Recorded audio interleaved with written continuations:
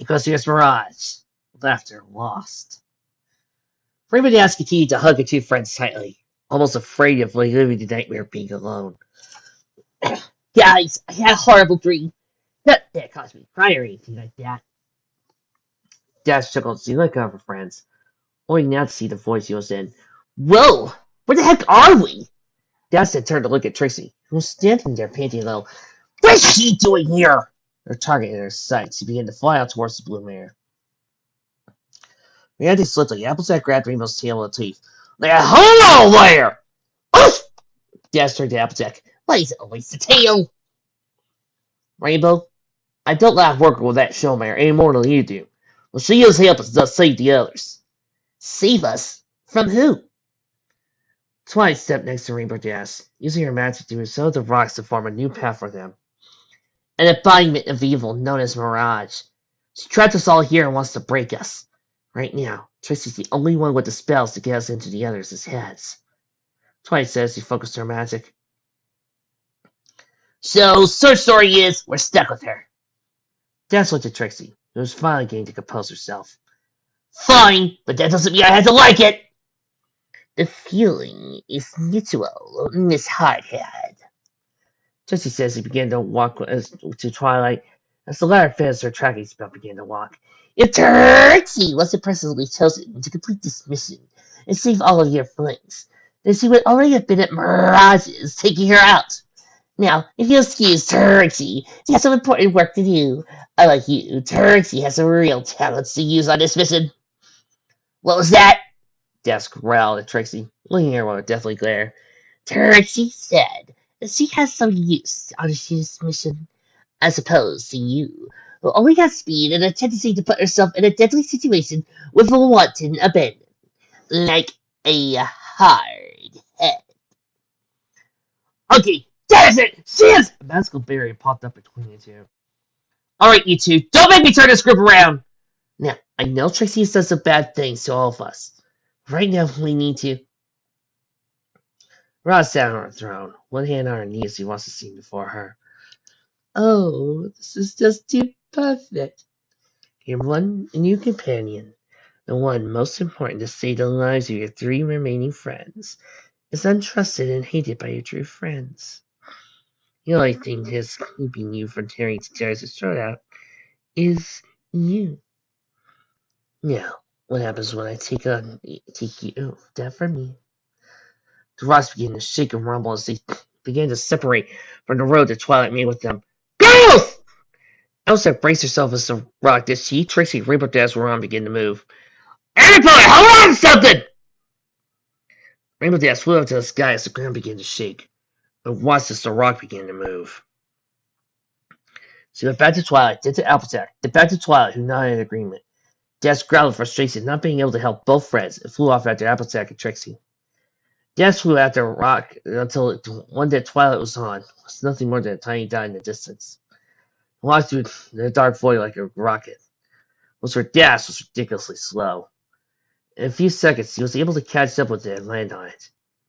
When she reached the rock, it had stopped automatically, a few miles away from Twilight. Great! Just great! Dash began to walk around the stone, grumbling out loud. Here we are, separated from our friends, stuck in some celestial forbidden hole with a useless unicorn to boot. Are you inferring that Trixie is useless? Trixie turned to glare at Rainbow Dash. Yeah, I am. Big talk coming from the Pegasus, whose flight that Trixie thoroughly trounced once. Upset got ready to step in between the two and get them to stop. She noticed how they were arguing. Smiling, she took a step back and decided to watch the fun. Hey! You only beat me because you used the clouds and some illusion magic to make me look like a fool. If it was a race, then you would have lost big time! Trixie blew on her huff. No, Trixie would have found the appropriate spell or illusion to win the match.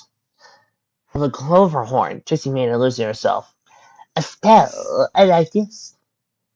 Oh, big whoop. A spell.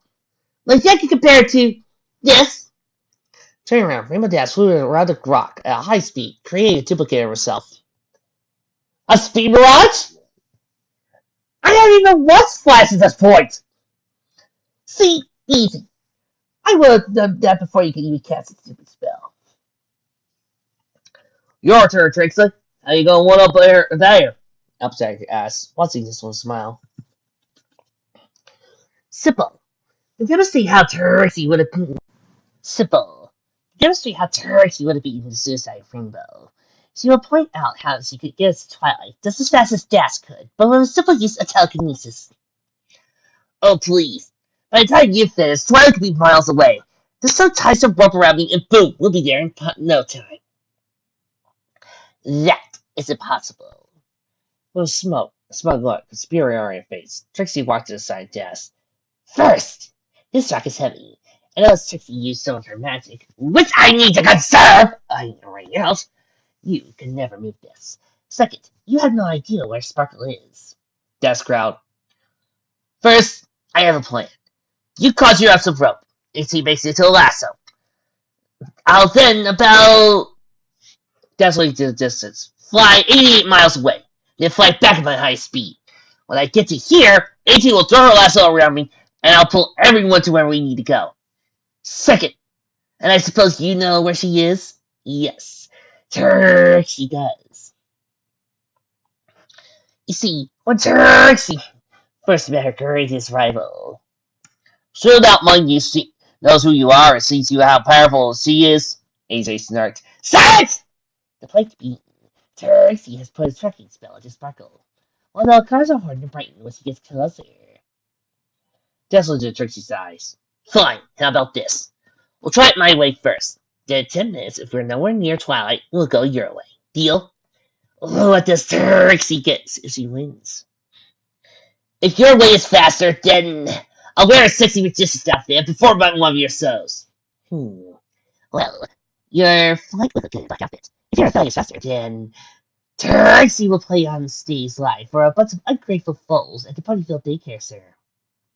Deal! Soon warning you though, Dash says she took off to the sky.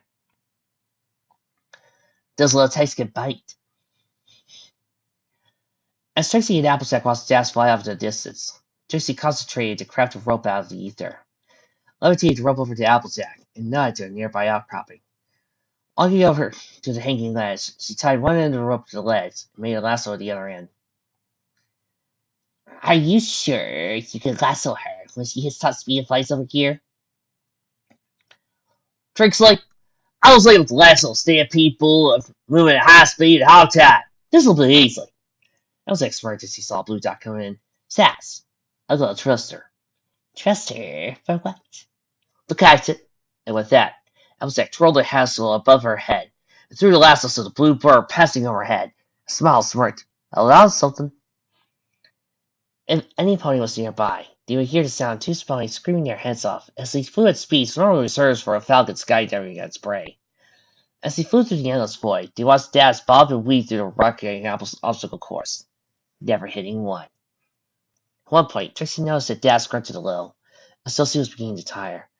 Concentrated, Trixie made her horn glow light blue to lighten the low of the rock as the trail continued at a high pace. Looking over her shoulder, Dash watched Trixie's horn glow brighter and brighter. A smile creaked across her face as he kicked up the pace, catching a purple blue up in the distance. Try to get this! Turning her head to see Dash's dot, Twilight opened it up shockingly. As she heard Dash's yell, began to look around for something to slow down a little. Seeing nothing that would equal a squishy death for her blue friend, she moved on to plan B. Concentrating with all her might, Twilight began to erect a series of nets that would act as cushions to help slow Rainbow Dash down. She watched in hope and prayer that the nets would do their jobs and hold before breaking. Looking for her, they did as they slowed down Dash's momentum to a slower and slower pace, while it was allowed for her to relax and calm down. Panting, Rainbow Dash landed on a rock and stood next to Twilight. Thanks! Trixie, a look of smugness still on her face. So, your way won this time. But I can guarantee you, I will win next time. Dash tried to look at Trixie in the eyes. Whatever! I don't care what happens.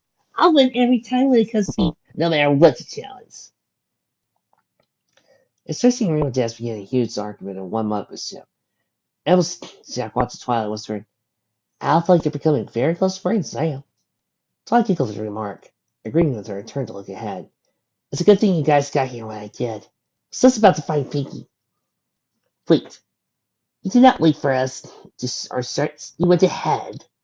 She asked, following Twilight. Well, I knew my friends would be doing their best to find me. So while I waited for everybody, I went and looked for Twix and Pinky. I figured whenever she was, you guys would be.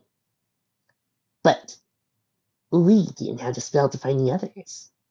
Rainbow Dash is fast, so searching in a wide area is no big deal. Elzek has good common sense so she can track, even for a rock pass like I could. So you just need a way to get from there, to here. So I said, she walked the HCL team team Pinkie Pie. She watched, she shivered and whimpered in her casing.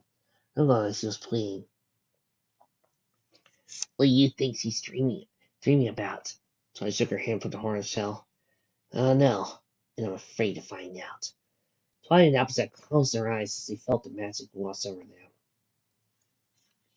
When they opened their eyes again, they found themselves at a bakery near a staircase.